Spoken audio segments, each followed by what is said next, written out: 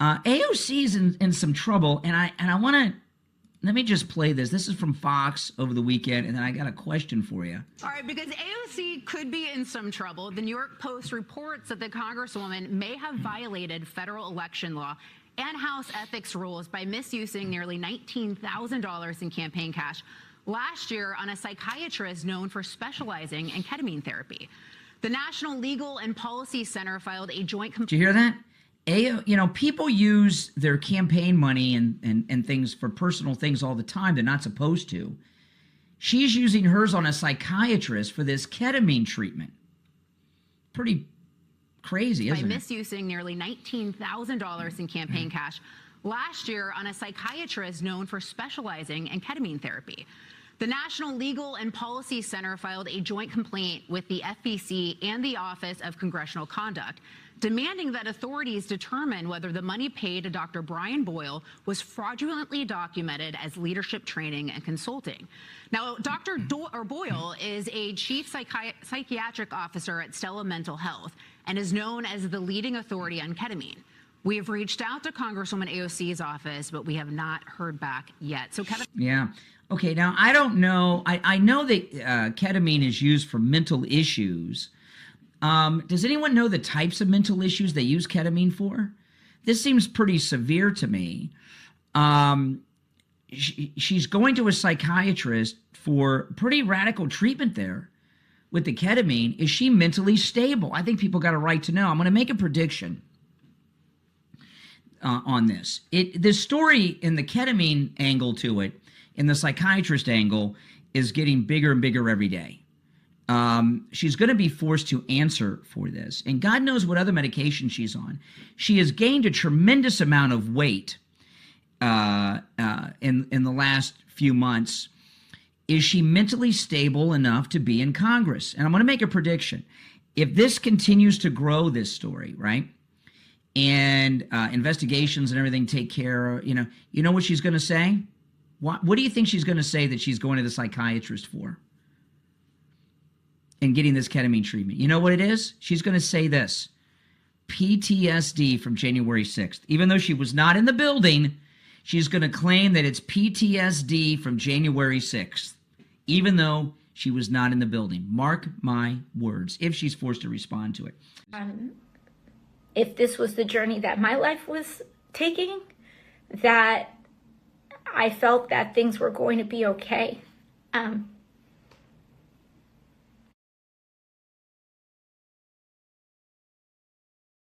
And that, I had fulfilled my purpose. But we came close to half of the house nearly dying on Wednesday. And you have all of those thoughts where, at the end of your life, and all of these thoughts come rushing to you. And that's what happened to a lot of us on Wednesday.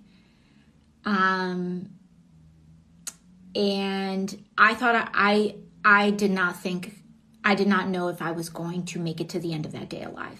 I didn't think that I was just going to be killed. I thought other things were going to happen to me as well. So what sounds like what you're telling me right now is that you didn't only think that you were going to die, you thought you were going to be raped. Yeah. I thought I was. And that you now understand, having thought about it, is because of your experience. Yeah, I think so. What happened that night, Jussie? When I landed in Chicago, and Frank Gatson, who's like my uncle, and he's also my creative director, and he picked me up. And then we got back to the apartment.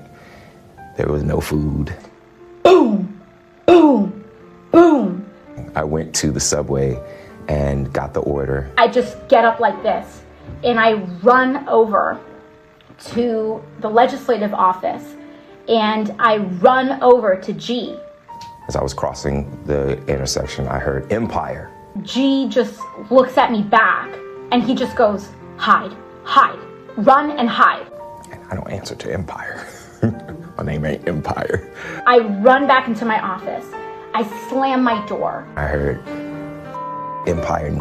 So I turned around and I said, "The did you just say to me?" I jump into my bathroom, and I close the door. And I see the attacker. And I just keep hearing these bang, bang, bang. He said, "This MAGA country." I open the door when all of a sudden I hear that whoever was trying to get inside got into my office. Punches me right in the face. So I punched his ass back. And then I just start to hear these yells of, "Where is she? Where is she?" And then we started tussling. You know, it was very icy. I'm here, and the bathroom door starts going like this. And we ended up tussling by the stairs. And this was the moment where I thought everything was over.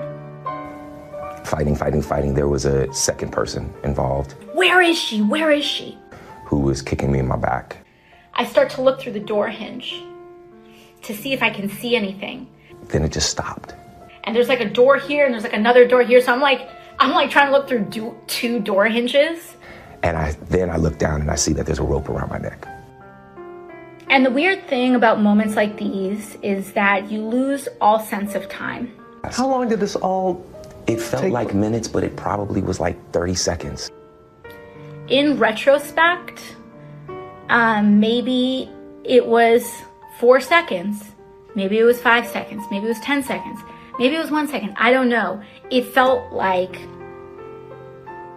my brain was able to have so many thoughts in that moment.